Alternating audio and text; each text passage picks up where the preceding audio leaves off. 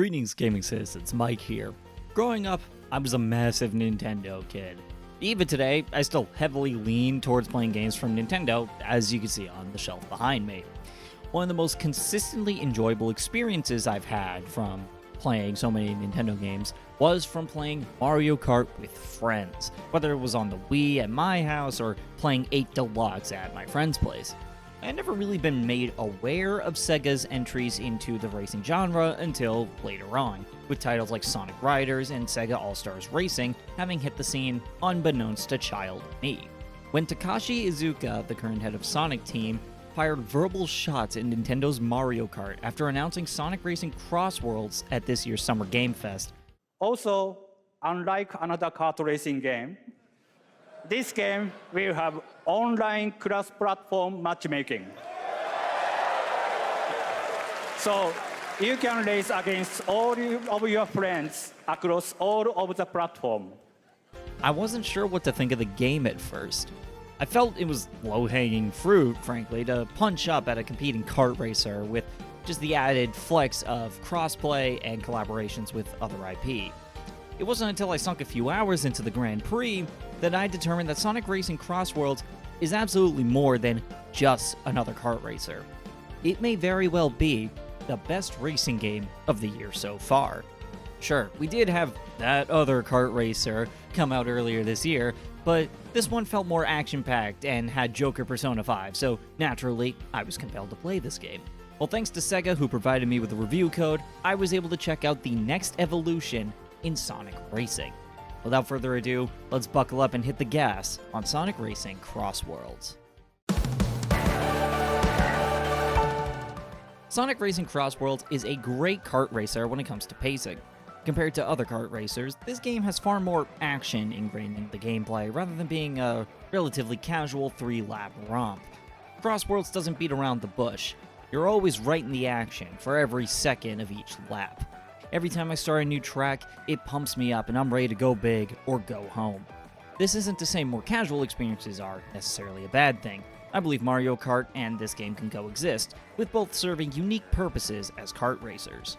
That said, the ads that Sega put out this game were absolutely brilliant and savage. It felt like they were bringing back the old Sega does what Nintendo don't campaigns from the 90s. We all know that kart racing game. It's great, we don't need to show it to you.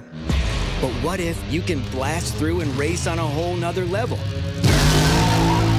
Back to the gameplay, racers can choose from over 20 characters from the Sonic universe, which is the largest roster in a Sonic racing game to date.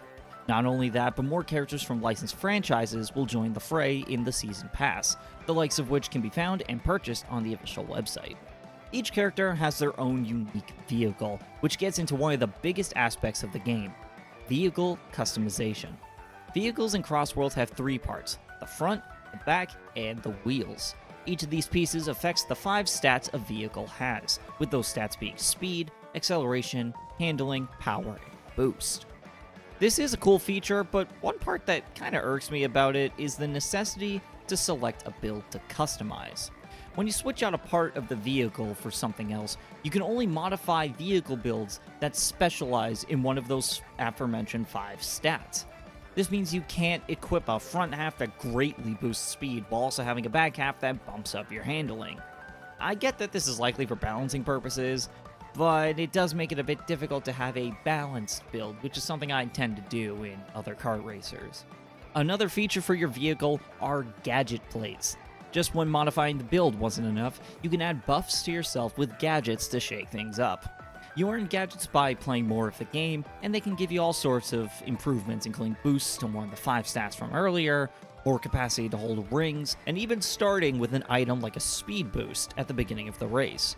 Keep in mind, though, that you only have 6 slots to populate with gadgets, so feel free to experiment with a few builds, as you have 5 different presets that you can modify.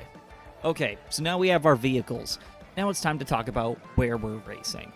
Sonic Racing CrossWorlds has 24 total tracks, as well as 15 aptly named CrossWorlds.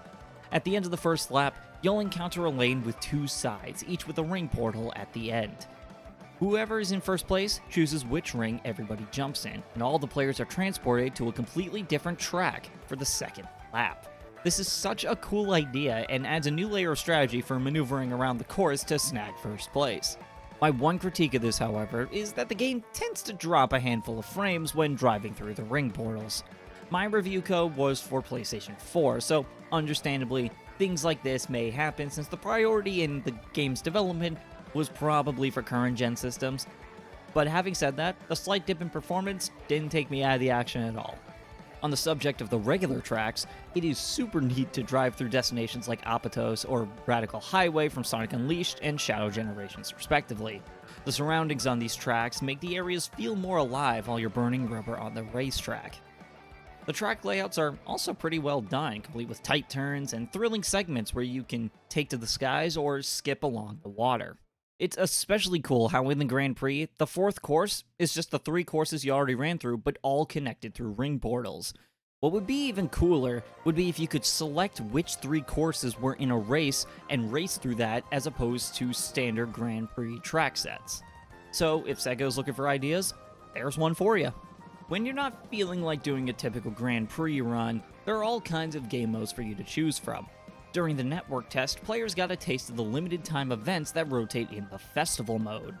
In the full game though, there is a whole menu dedicated to racing under specific conditions, and even an option to create your own rule set if you want to.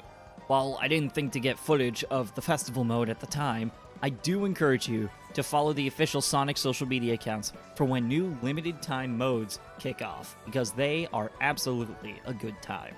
Speaking of the network test, that is a small point I want to touch on. One of the big selling points Izuka-san pushed at Summer Game Fest was cross-platform compatibility, and I can safely say that the crossplay works quite well. In my experience playing Sonic Racing CrossWorlds, both the base game and the network test, I had very few connection issues at all. And when I did load into lobbies, I didn't run into lag spikes of any kind that ruined the gameplay experience, so good on Sega for that one.